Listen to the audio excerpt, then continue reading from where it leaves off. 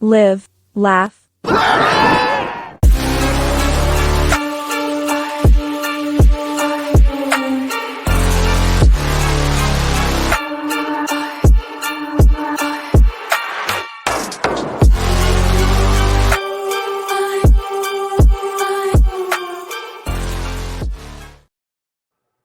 Ladies and gentlemen, the moment you've all been waiting for. This is Live, Laugh, Lariat. We are joined today by Christian, and we are joined by our special guest, D'Angelo. How we doing? What's good? Wow. I've never been introduced before. Is that what that feels like? Yeah. It feels like, you want to try introducing me real quick?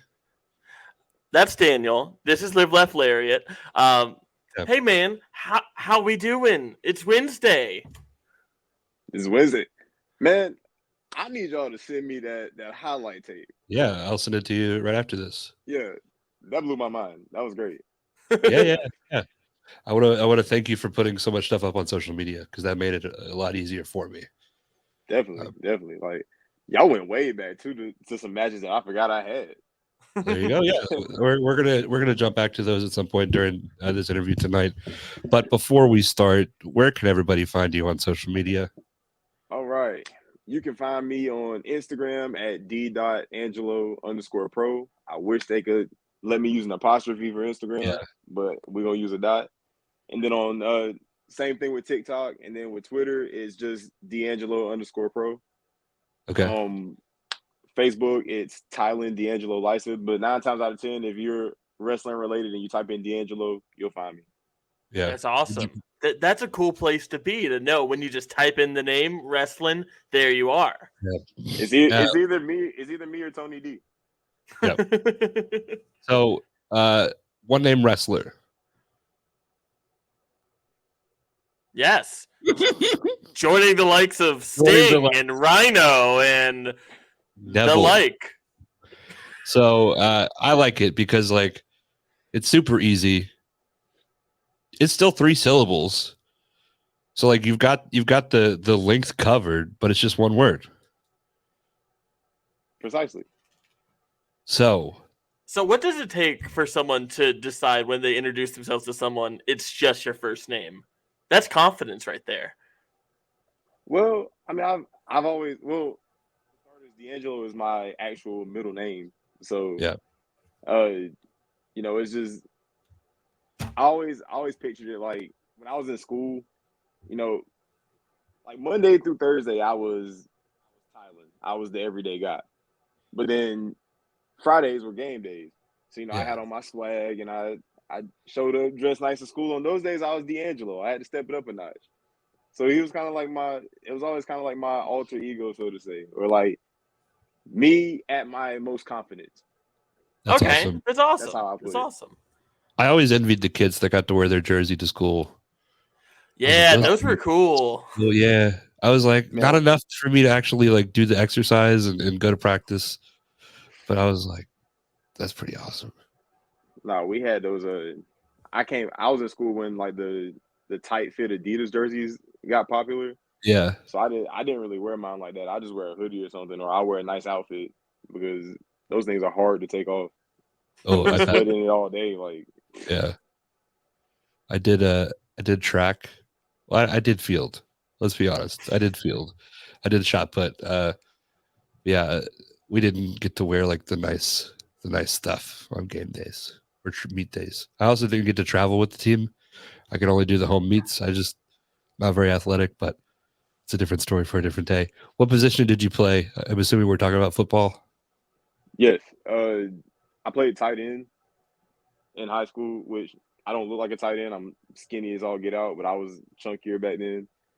All the way up until my senior year, and then our whole offensive line retired. Well, not retired. They graduated.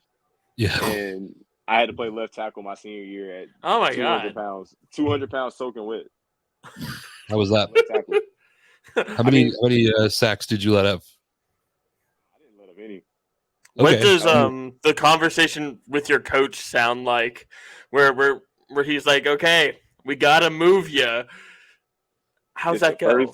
It's the first day of summer practice my senior year, and I'm riding high off my junior year. I was like second or third on the team in reception, so I'm like, okay, this is my year to get a scholarship. Yeah.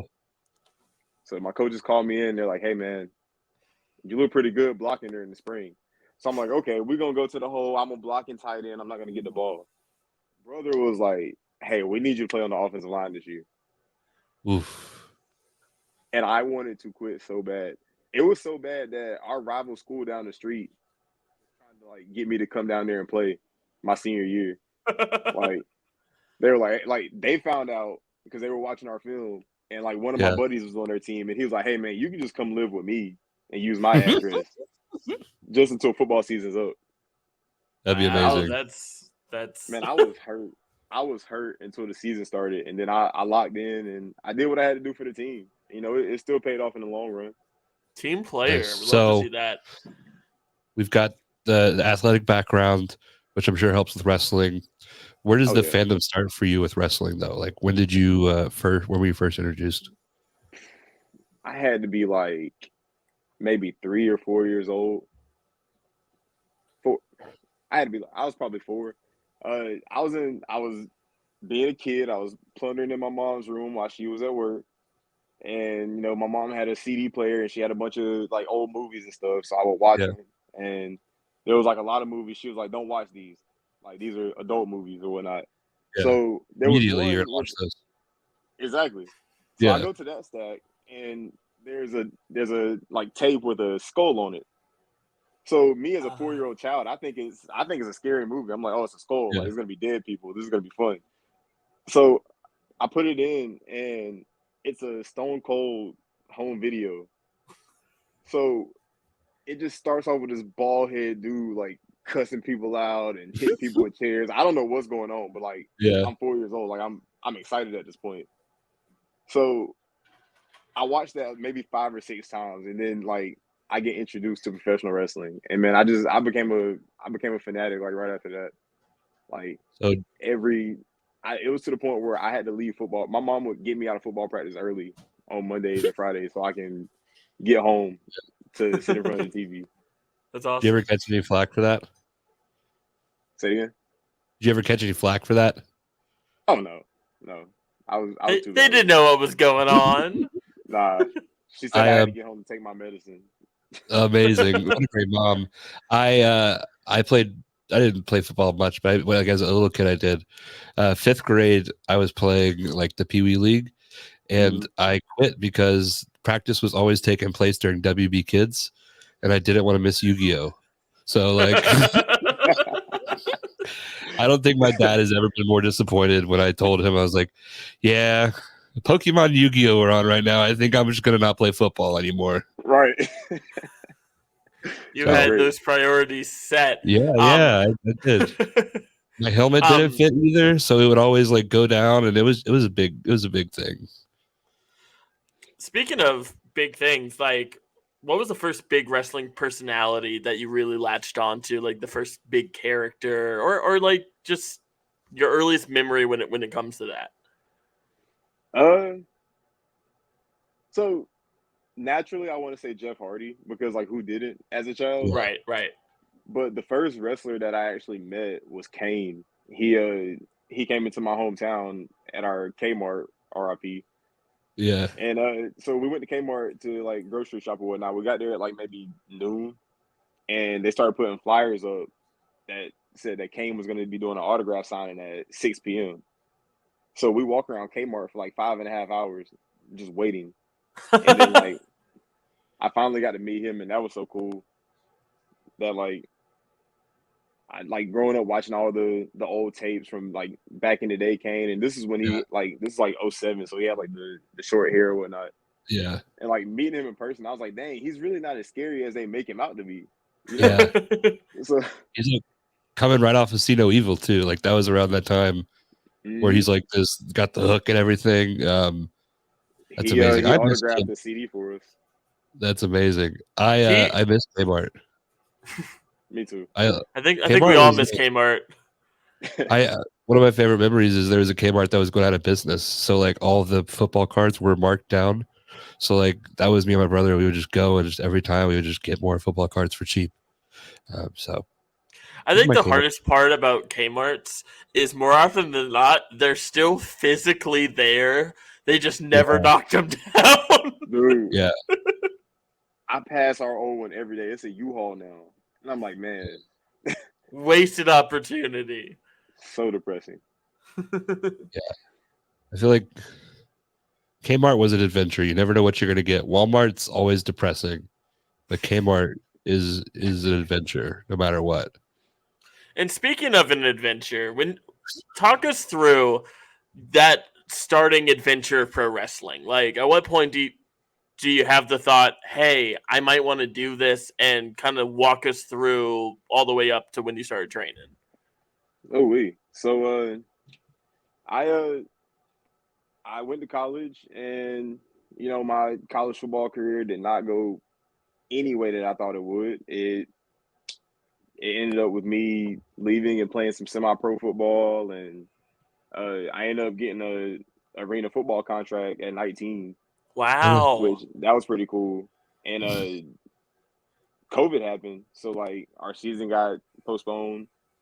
So I was sitting in my dorm room this is before they sent everybody home, and I was just like playing out all day. I was playing, I think it was 2K19, 2K20 maybe. And my roommate, he came in, he was like, "Man, you love that wrestling stuff, huh?" And which is wild because like back all these years, like even from like the old SmackDown versus Raws, my character's name was always D'Angelo. Yeah. I just knew that's what I wanted to be. And like I was in there one day, and he came in and he was like, "Man, you should go be a wrestler." And like we kind of laughed at it, and like I was like, "Yeah, man, what could go wrong? Like maybe I can go and like find one of those little leagues where I can just wrestle every weekend in like a high school gym." Yeah. Because I didn't know much about independent wrestling at the time. Right. I didn't know how big it was. So we laughed it off, and then I kind of laid there. It was maybe 2 a.m. at this point because I didn't sleep in college like that. And I was like, what if I did this for real? So I started like Googling places, and the Palmetto Wrestling Academy popped up. And I was like, okay, it's maybe 6 miles away. I was like, this place can't be legit. I was like, this can't be legit. Yeah. I laugh it off, and then I get out of class the next day. And I was like, you know what? I ain't doing nothing this afternoon. I'm gonna pull up to this academy that's supposedly 6 miles away. So I drive across town, and I get there, and I pull up to this little warehouse, and I'm like, wrestling school. Yeah. Mm-hmm. So I walk in, and I meet Ethan Case, and like, man, the rest is history. Like, I walked in, and Ethan was there, and some of the trainees he had at the time, and they all welcomed me with like, it's a very warm welcome. I wasn't used to that because like, I watched the Triple H clip from Tough Enough the night before. I was just thinking that. Yeah, I'm thinking wrestling is like very cutthroat, and like these guys are here goofing off, like blast. Okay, what's the catch? And Ethan said one thing that dawned on me and made me like sold on his program. He was like, "Hey man, we pride ourselves on being the standard. If you don't believe me, go check out other schools and come back." Yeah. And I was like, man, if you're that confident, then maybe I should just hear you out and see what you got. So, but I am grateful. I am grateful that I met Ethan Case, man. He really changed my life. I will say that. Like he opened a lot of doors for me. Yeah. All right. Speaking of Palmetto, when there are people who like want to be wrestlers and they're thinking between the Palmettos, the Fire Stars, the whatever's local, what do you think makes Palmetto stand out so much? Because there is like, it seems like everyone who comes out of Palmetto has this unique it factor about them. That's just, the characters are so fun and different. And like, what makes Palmetto really stand out? So before I elaborate on that, I do want to say that if you're gonna go somewhere to train, Firestar and Palmetto are the two go-tos, especially in the Carolinas. Like that's just my opinion. Like I feel like indie wrestling in the Carolinas is so good right now. Yeah. So it doesn't really matter where you go. But I feel like with Palmetto, like none of us come out wrestling the same. And that's because Ethan doesn't allow us to. Like everybody's authentic, everybody's different, like everybody's character or whatnot is different. Yeah. Like none of us move the same. And I know that a lot of people say like a lot of schools like they're a reflection of their trainer. But Ethan has also provided us a lot of outside resources. Like, I mean, through my training, like we've had Speedball Mike Bailey come in, we've had Martin Stone come in, Lindsay Dorado, Anthony Green, like Sean Legacy's there all the time. He's a graduate. Yeah. I mean, it's a pretty cool thing because we get to learn all these different styles. Like, I was absolute dog crap at chain wrestling until Martin Stone came in, and I got to chain with him before a show, and he opened my eyes to chain wrestling, and like that helped me out. And Yeah. Firestar's doing the same thing. They're doing a lot of cool seminars. And I think that's what sets the tone. That's why you see a lot of Palmetto and a lot of Firestar guys popping off and getting opportunities. We're unique. Yeah. And I think that's awesome. His thing is making like more than just wrestlers, making like the character base, the stars, like the professional entertainment side of it. To kind of go back a little bit, you mentioned that you've been playing as D'Angelo your whole life. What kind of creative wrestler was D'Angelo? Like, what was the move set? What was the finisher? And how does that differ from you now? When I was a kid, it was always something off the top rope until I stood on the top rope in real life, and I was like, Yeah, nah.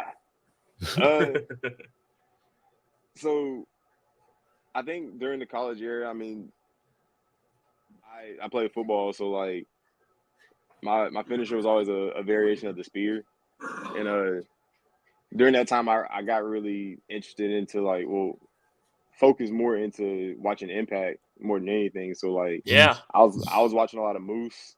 I was watching a lot of like old like what's his name Monty Brown. yeah, Like all these old football players. That's what I watched when I first got into it. So my moveset was always the spear, the spine buster, the big shoulder block. You know what I'm saying? yeah, Like just a bunch of heavy hitting stuff. And I was also, when I started training, I was also around like 250, 260. So I wasn't always this slim. yeah. What was your first time in the wrestling ring like? I was nervous. I was like, what did I get myself into? But I was confident. That's the one thing, and it's not a knock against any of my classmates, but like from day one, there was not a lot of confidence. And I was like, man, Yeah, if I'm gonna stand out, I gotta at least like put my game face on and show them that I think that I'm confident. Even though I wasn't 100% confident, like I portrayed that confidence until it became real confidence, if that makes sense. yeah. I yeah. totally get it. Kind of fake it till you make it kind of mentality. Right. And like not only in wrestling, but like in life, perception is reality. What people see is what they're going to believe. It doesn't matter what is actually the case 9 times out of 10. So whatever you display is what people are going to see. So it's definitely smart. And I'm sure like playing sports and even playing like the Arena League, that kind of gives you the like the professionalism and then the kind of confidence that comes with that as well. Probably translates. Definitely. What was the cardio like just from being in the ring versus like when you were playing football? Whew, I don't think cardio really hit for me in wrestling until there was a night that we were training and Anthony Henry came in and he taught us some of his blow up drills, and that's when I was like, yeah, I need to get my cardio up. Yeah. So, I mean, football cardio is different. You're outside, you're breathing that fresh air. Even with arena ball, we practice outside. But I don't think anything will compare to arena football training, and that's because our coach he was just ruthless. Yeah. Ruthless. But I feel like now with as much as we do in the ring and like it's always constant movement and it's quick movement, Yeah. I feel like over time that kind of like built my cardio. Like I'll still get in like run some of those blow up drills just to make sure that I'm still keeping myself fresh. But with me wrestling maybe 2 or 3 times a weekend now. I feel like my cardio is where it needs to be. And then on top of that, like I said, I was working at the school. Like I was going to recess with my students and playing pickup basketball. So that was my cardio during the day. So like you flex on them? oh yeah. I wouldn't let them win. You gotta. Yeah. Losing builds character. Love it. Speaking of character, when you're going into wrestling, what are, especially in Palmetto where character is such like a That was an amazing segue. Are you Um, kidding me? what was your character initially like? What hopes were you for D'Angelo, and how is that different from what you are today? Man, when I first started, I was that cliche football player. My gimmick was that I was the big time player, and big time players make big time plays. Yeah, So I really focused in on that football thing, and I had a lot of cool ideas that I still ended up implementing, but it took my wife. She at the time, I was pitching all this stuff to her, and she was like, that's gonna get played out. And I was like, what do you mean? I haven't even debuted yet. yeah, And she was like, no, it's gonna get played out, and then you're just gonna become the football player on every show. And then I thought about it, and as much as I didn't want to admit that she was right, I was like, damn, she is right. yeah. Let me kind of regroup. So then that's when I kind of just honed in, and I was like, man, I feel like people have always seen me as a leader. Like if you had Ethan on here, that's what he would say. He'd be like, D'Angelo was always one of my leaders. So I was like, why not just be me instead of trying to like hone in on this football gimmick and be the cliche football player? Because I wasn't a cliche football player when I played. Yeah. Right. Like I was a vocal leader. I was a locker room guy. I was keeping the team entertained. So I was like, okay, if I can do that in wrestling, then maybe I'll do something right. I don't know. Yeah. So instead of like basing my character on football, I went back and I watched some of my old film and I watched how I moved. I watched how I reacted to stuff, how I celebrated. I thought back to what I said in some of those huddles and like how I motivated some of my teammates and what motivated me. And that's where I kind of got my character today. I mean, I don't. When people ask me that, I tell them I don't necessarily have a character. I Yeah. I have a motto that's my character that I've just been pushing like these last few months, and is that I'm built from the struggle. And I mean that's the truth. Like I went through a lot growing up, and we sacrificed a lot, we struggled a lot, but I grew from it. Like I built myself from the struggle. So that I try to portray that in my wrestling. Like people see me and they see this high flying, this energetic, this happy person, but they don't know what I sacrificed to get there. Yeah. And I mean, That's- what big time football player has went pro and not given the same story like that? You know what I'm saying? Yeah. I feel like the theme of sacrifice goes so well with wrestling. It's something you could tell that story of like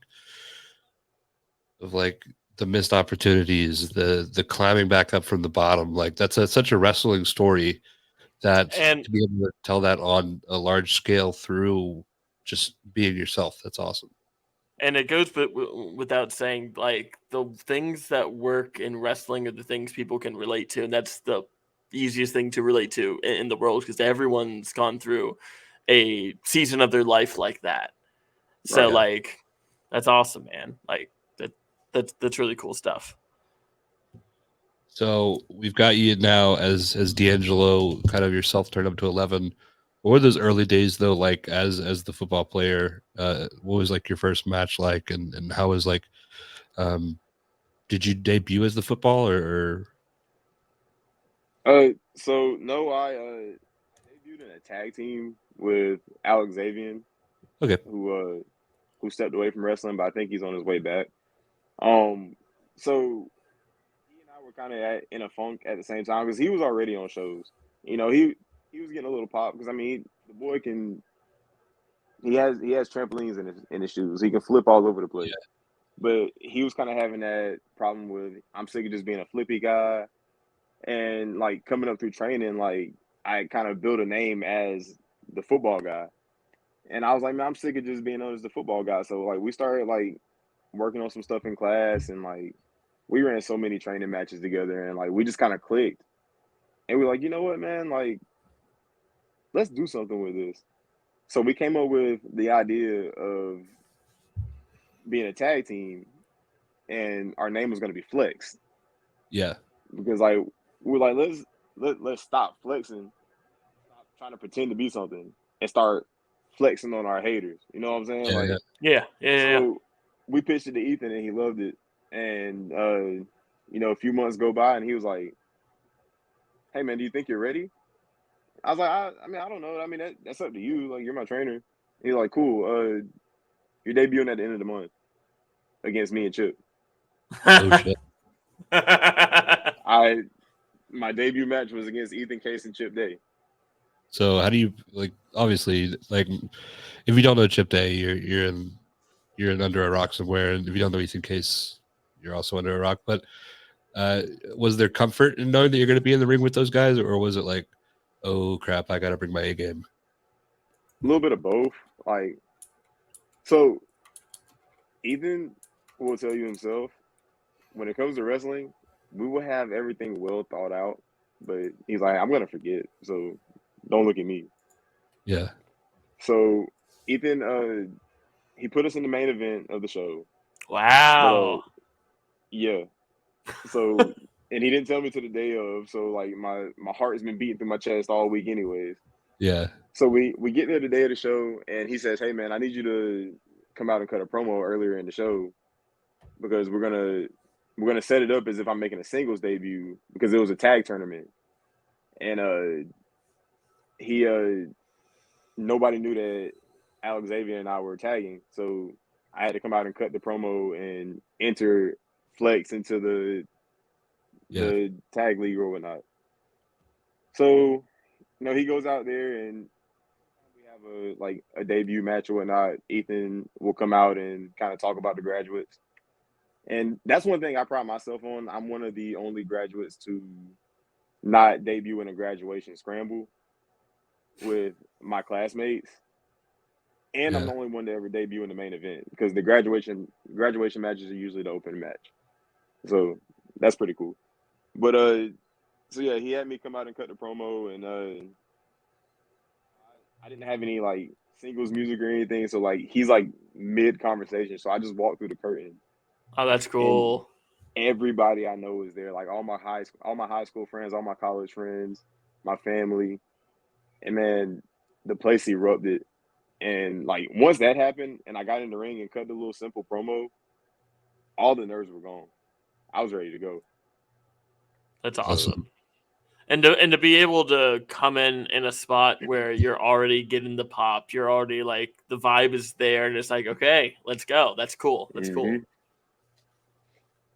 Definitely. Ethan Case is something special, man. He was the first indie show I ever went to. It was a main event with him and John Schuyler and PWX, and it's just like he's like, it's so cool to see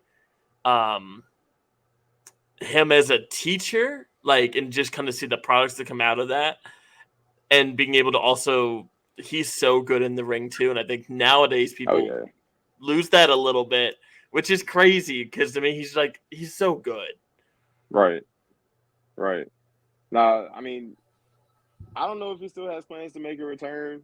I'll leave that up to him to tell y'all, but you know, Ethan's the man. Yeah. The man. Like he they took care of me in my debut match too, which is wild.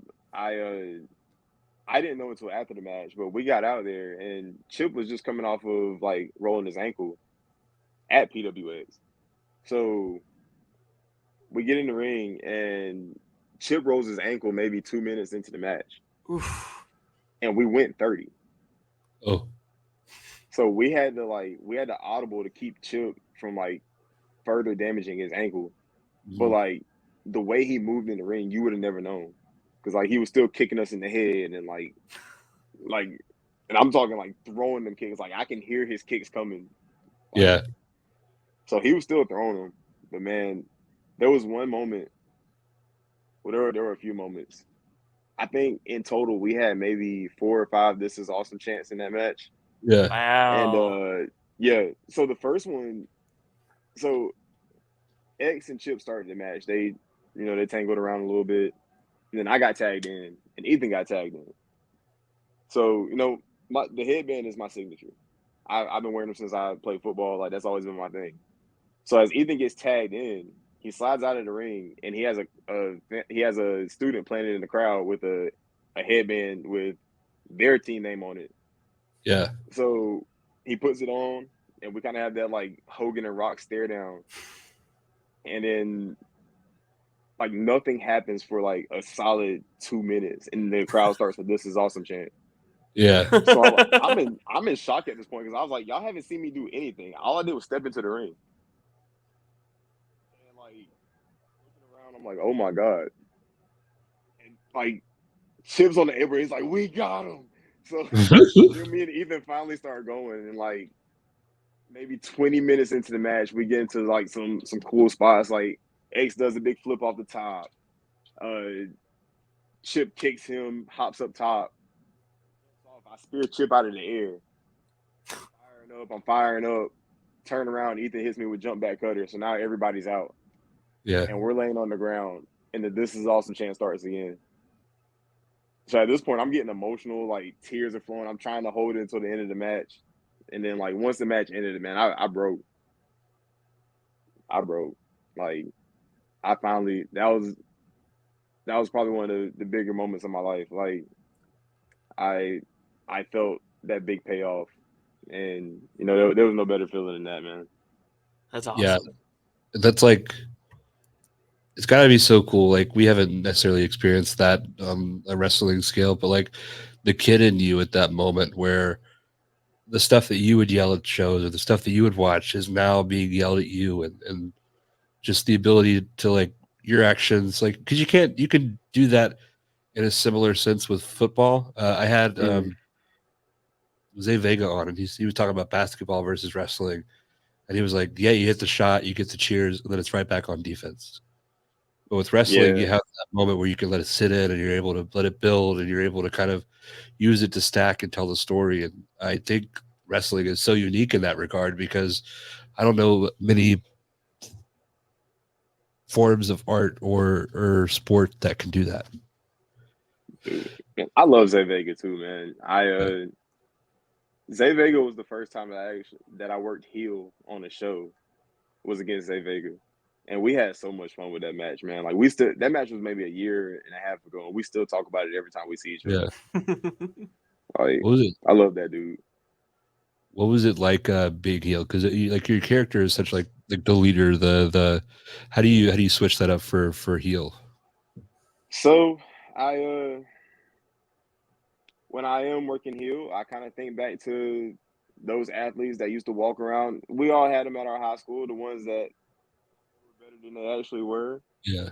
Yeah, walked around like they were just hot stuff on campus.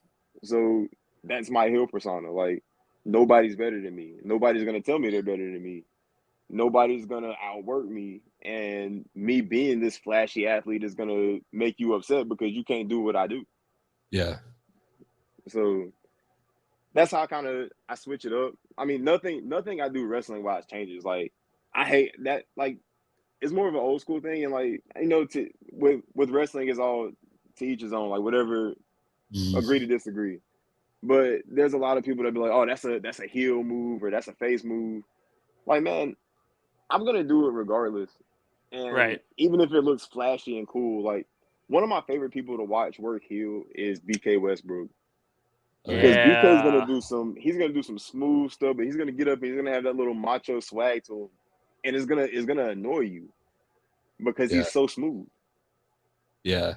He's one of those that like it's so easy and hard to hate him because like it's easy to hate him because he's just like he's so into himself and all that, but he's so smooth in the ring and the stuff he does Yeah. was like he's just so good that the fan in me is like, he's so fucking good. Right. It's like the guy in high school that thought he was the shit, but because he was. Mm-hmm. So it's just like, yeah, that's really annoying, but I get it. Like, we get it, man. You get all the Yeah. girls. We get it. Yeah. The pretty boy. Something I've noticed, like watching some of your stuff, and like kind of similar to Zay Vega, and I don't think that it's at least like on like a local level is the striking, the hard hitting, like you're out there doing stuff that maybe like New Japan you would see, or like kind of like strong style stuff.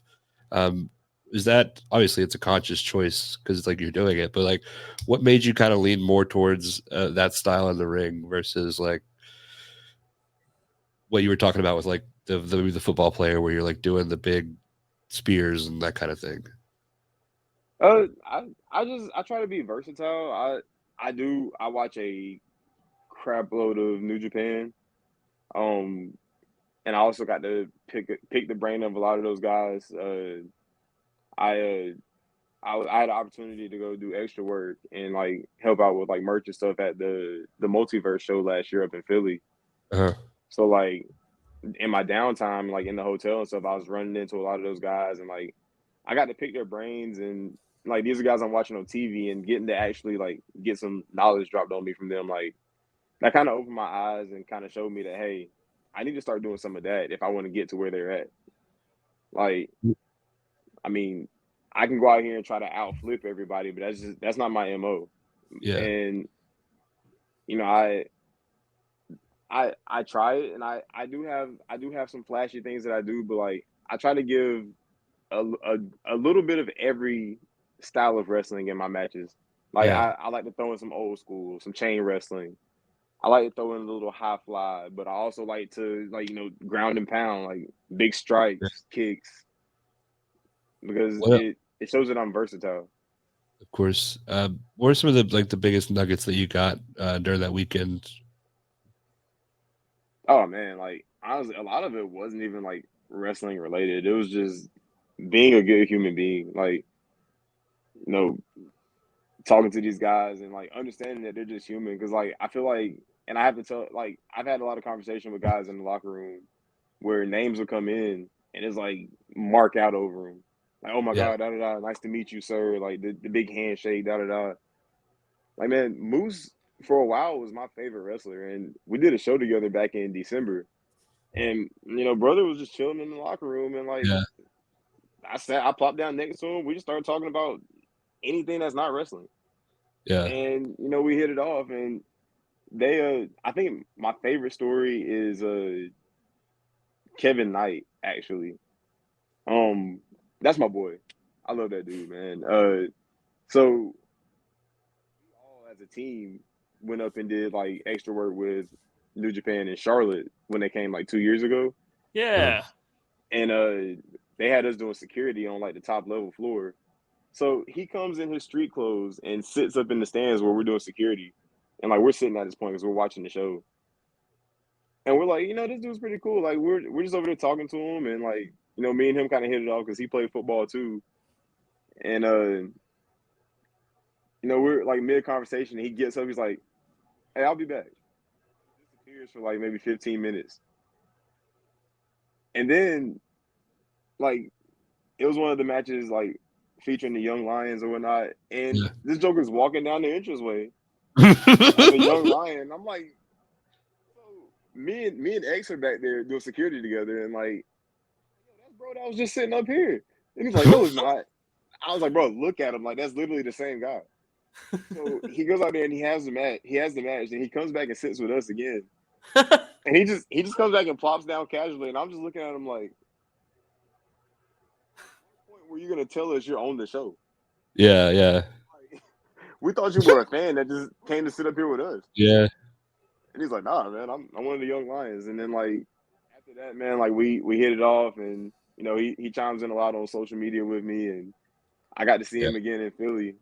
He got to drop a lot of knowledge on me. And the one thing he told me that really stuck with me, he was like, hey man, don't get so caught up in where you're at in your journey, because everybody's journey is different. And you're gonna get where you want to be. You just gotta put in the work and understand that it takes time.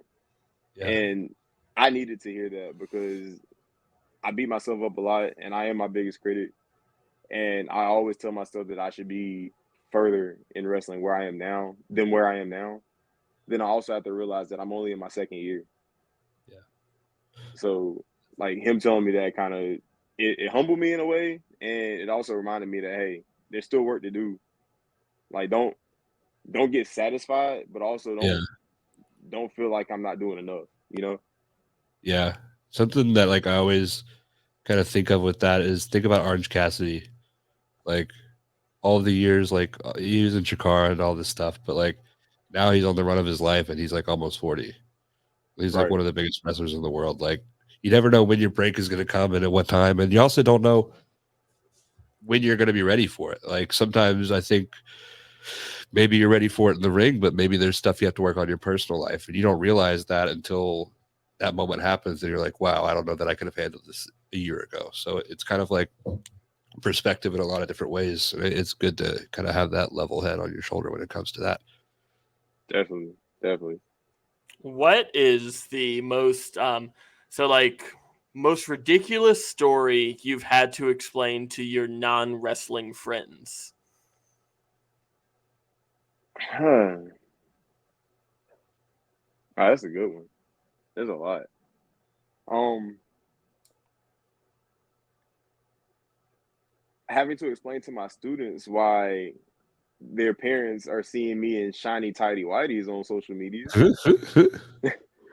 I was like, hey guys, this is what wrestlers wear. Like y'all watch wrestling on TV. Yeah. Yeah. Cool. That's what I do. On TV. I wear what they wear. That's one.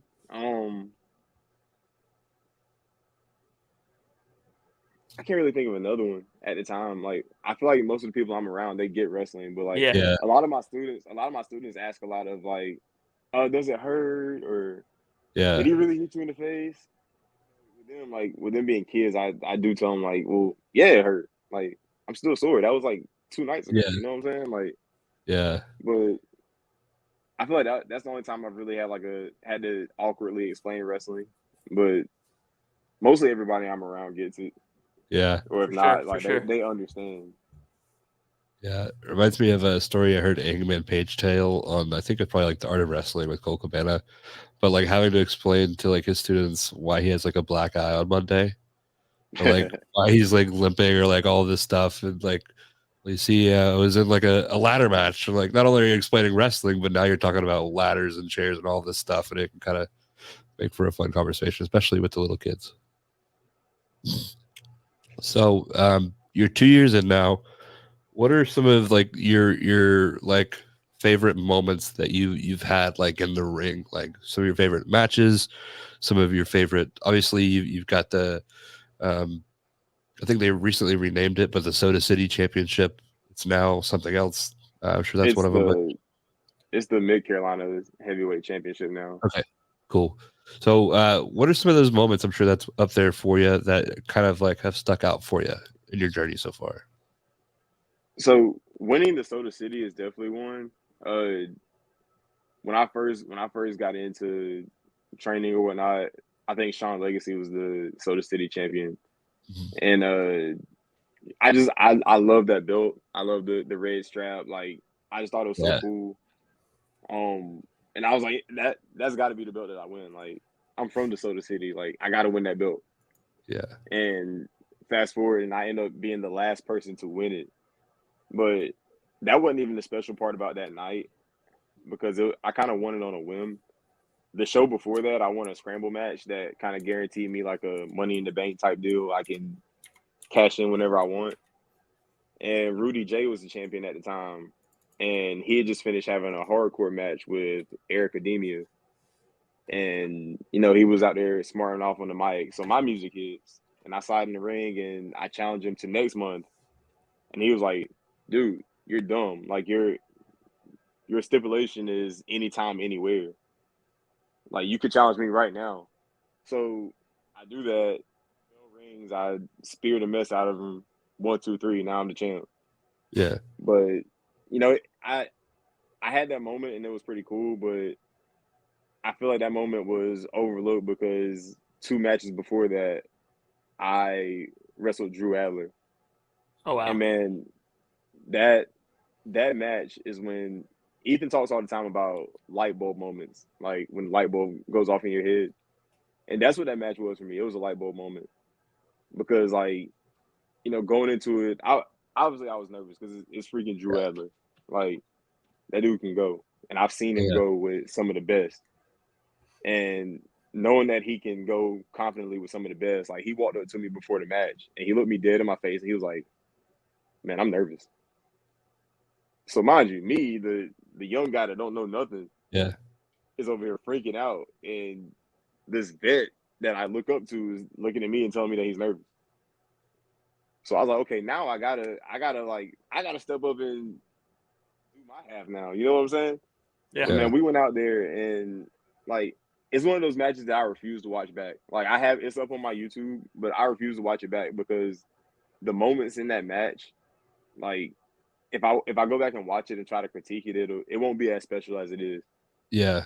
Yeah. Because there was a moment where, like, it was kind of a double down and we both came up to our knees and the crowd, like, everybody were on their feet, and Drew looks at me, he nods his head, he kind of like chuckles at me, gives me a fist bump, then he gives me another fist bump, and then we stand up, he gives me another fist bump to punch me dead in the face. Amazing. But man, like, I just remember being so, like, overcome with, I'm an emotional person. Like, Yeah. I remember being so overcome with emotion after that match that, like, I was in tears. Like, he hit me with his big air raid crash, boom. Everybody thought that was the finish. Like, I heard the air, like, the air was sucked out of the room. He hit me with that 1, 2. I rolled him up out of the pin 1, 2, 3, and man, everybody, like, it's so wild to me that these people paid money for a seat, and nobody was using their seat at the end of their match. Everybody was standing up. That's awesome. Like, it hit different, man. Yeah. I think, like, the greats are emotional. Like, somebody we've had on a few times, Tim. Like, I don't know if you've ever been on a car with him, but if you see him after his match, like, if you're doing wrestling right, you're leaving everything in the ring, and afterwards, it's almost like euphoric. Yeah, like it's euphoric or like, yeah, like if you're doing it right, I think that's how it goes. Like the emotion should be there. If you're not somewhat emotional, like what are you even doing out there? Like, exactly. I love Tim, man. I've never seen him have a bad match. Never. No. Not at all. More often than not, it's, oh, this is the greatest thing I've ever seen. Like in that moment, it like hits this emotional trigger that's like, oh my god, like that. This is why we're involved in this, because of moments like that, and he definitely generates those. And it seems like you very much are in the same vein of just very passionate about what you're doing, which is evident through this conversation, man. Definitely. So you got the Soda City Championship. What are some of your favorite defenses that you've had now that it's the Midwest or Mid-State heavyweight or light heavyweight? It's a mouthful. I'll get it eventually.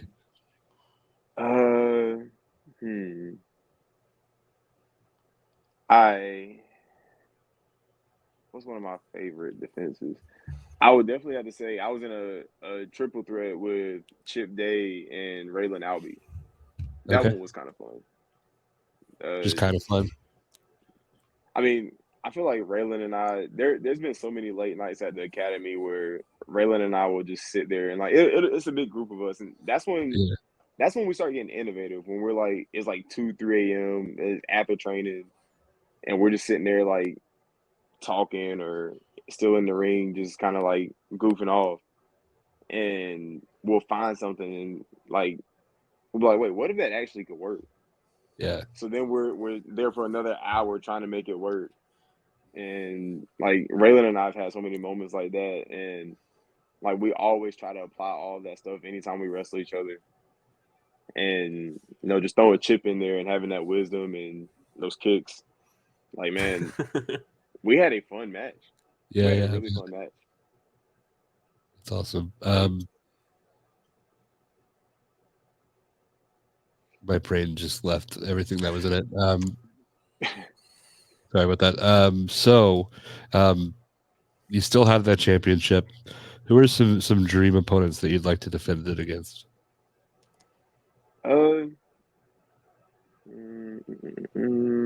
I have a list. Myron Reed. Oh, yeah. I just feel like we can do some creative stuff together. Like, I love Myron, man. He's another one of those guys that like I chime in a lot on like social media with, but like I would love to work him.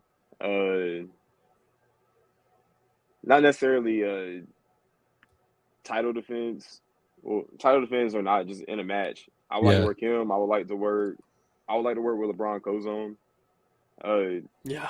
For a while, everybody was kind of like stuck to like their school, and my goal for this year was to be more diverse. And I'm like, okay, I know the foundation of Palmetto, like, and yeah, Ethan is always teaching. We're always learning more, but something Cozone is doing is working too. So let yeah. me go see what that something is. That way, I have the best of both worlds. So I got to go to Firestar recently, and man, like their atmosphere is so cool. Like everybody was so welcoming. Like, and Cozone gave me a platform to learn something different Yeah. and portray that in the ring. And like I can't wait to get the match footage back, man. Like his students, they're so fun to work with, and they're eager to learn. Like they're just as hungry as we are. And I'm like, man, like there's a reason why you always hear about these two schools. So Yeah. like, I've wrestled my trainer. I debuted against my trainer. So to have that match with Cozone, I feel like that would be really cool. Yeah. I feel like I could learn a lot and learn his style. Yeah, of course. And then like all time, like who are some dream opponents for you? Moose, just because, especially now that I'm smaller and I'm not like a big guy like I was, like I Yeah. feel like we can really tell that story. Leo Rush is another one. I love Leo. I did a show with him. We didn't work each other, but I did a show with him in West Virginia back in January, and like we hit it off. He's pretty cool. Like I got to pick his brain a little bit. Did I say Caprice Coleman? You did it. That's a great one. Caprice Coleman definitely. If I take these twists out and like just go back to my updo, everybody says that I'm Caprice's like twin. Yeah. Like I always, like every time I see him, I'm like, yeah, I'm your other son. You know. So he's been very supportive throughout my career. And also now that he's back and like he's doing this big thing in Charlotte, like Darius Lockhart. Oh yeah. So one of the first independent wrestling matches that kind of like drew me in and made me realize how big independent wrestling was the first time I went to Viral Pro Wrestling down in like the Augusta, Georgia area. It was Uh-huh. Darius who was the champion at the time against Sean Legacy, the hometown hero. And man, they put on a great match. And like I'd always saw Darius's clips and stuff from PWX, but seeing him work live and seeing how smooth he was, like I'm glad he's back in wrestling, and Oh he's yeah. definitely somebody I would like to work with. Yeah. Ashe is something special too. Really Oh excited yeah. to see where that goes. We got to make it up for a show. Oh Mostly yeah. for the wrestling, but also because there's a In and Out, or not In and Out, Jack in the Box in Charlotte. Oh And yeah. I love a good Jack in the Box. And that brings me Dude, to other question. So you're pretty busy. You're on the road a lot. Great problem for a wrestler to have. What are some of your go-to like stopping like after show to kind of fuel up? QT is essential. Like if you're gonna stop at a gas station, there's got to be a QT. Like unless I'm going up towards like I'm based out of Columbia, so like when Yeah. I go wrestling like Wilmington or somewhere like somewhere in North Carolina that takes me not up towards Charlotte, but Yeah. the other way, I had to stop at Buc-ee's every time. There you go. Every time. And then like when I travel to Apple City, which is in Hidden Night, we pass Sheets. So I stopped at QT, but I also stopped at Sheets. And then like the Sheets is right across from Subway, and I eat Subway on show days. So What's your very go-to basic. Subway order? I like to make a joke on like it depends on who I'm working. If I'm working somebody that I'm cool with, which I'm cool with everybody, but if I'm working somebody like I'm cool with, I'll get a grilled chicken salad. If not, I'm getting a tuna salad, and you go smell my tuna breath all match. That's amazing. Nah, but yeah. Tuna is my go-to, but I keep mouthwash in the trunk. That way I don't have tuna breath. My wife loves tuna, and I not a fan, but I always kind of make fun of her for it. That is awesome. What's your go-to QT? Like, what are you walking out of QT with? The biggest water bottle I can find. Some granola bars, some fruit. I eat very light, but very healthy and efficient on show days. Like it's either protein or like some kind of something nutritious. And then after the shows, I pig out. What's your go-to pig out meal? Whatever I can get my hands on. Okay, if it's cookout, what are we looking at? Oh, definitely the spicy chicken sandwich. Okay.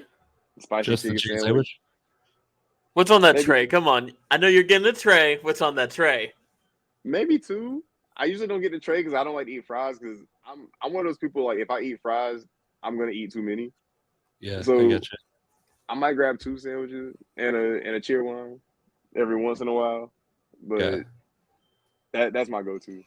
I'm weird when it comes to ordering food. Like I have really bad anxiety, like going to the window, and part of that is on my wife. I hope she can't hear me, but we'll get to the window sometimes and like I'm like, "What you want?" And she'll look at it, and then like I have to have that awkward like silence with the it's the worst. Yeah, it's like just a second, please. And I'm just sitting there looking at her. She's looking at the screen. I'm looking back and forth. And you're the one getting judged. It's not her getting judged. I think that's more common than you think because I feel like we're all on the same wavelength here. It's fucking every time. And then the sauces, you get up to the window and it's like, oh, make sure you ask for the cookout sauce from the back. Like it's not just the ranch. Like, oh, I need ranch, but it has to be a special ranch where they have to go and physically pour it into a cup. And see, by the time we get to, she'll tell me what sauce she wants, like while we're ordering or while I'm pulling around. Yeah. But by the time we get to the window, I will forget. Yeah. And I always have this look in my eye. Like, you can't have a look in your eye, but I always feel like I'm so sorry about this. Oh, yeah. I guess that's just being in a relationship is the drive-through blues.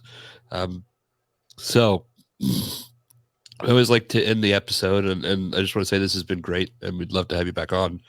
But giving you the opportunity to kind of give a platform to others. So who are some wrestlers, maybe not wrestlers, just like managers, people in wrestling that you think more people should know about?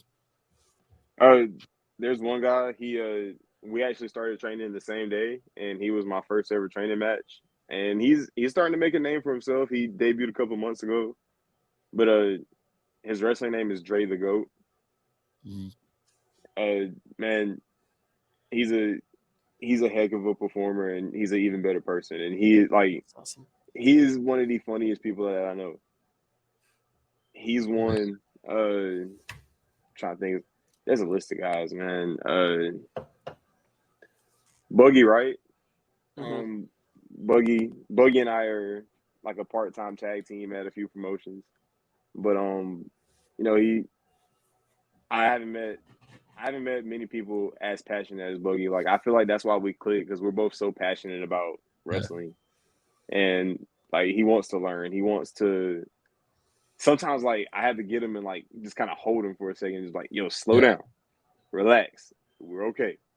because he will get to going and but he's passionate, man. And believe it or not, Zay Vega was gonna be one of the ones that I named, but you already name dropped him. Yeah. Zay Vega's great. We can name him again. Yeah, definitely more people need to know about Zay. Definitely. Another guy that's like you mentioned it, like the timing of it isn't necessarily like where you can base it off of. He started when he was like 29, and so like everybody's story is different, and you never know when your flower is going to bloom. So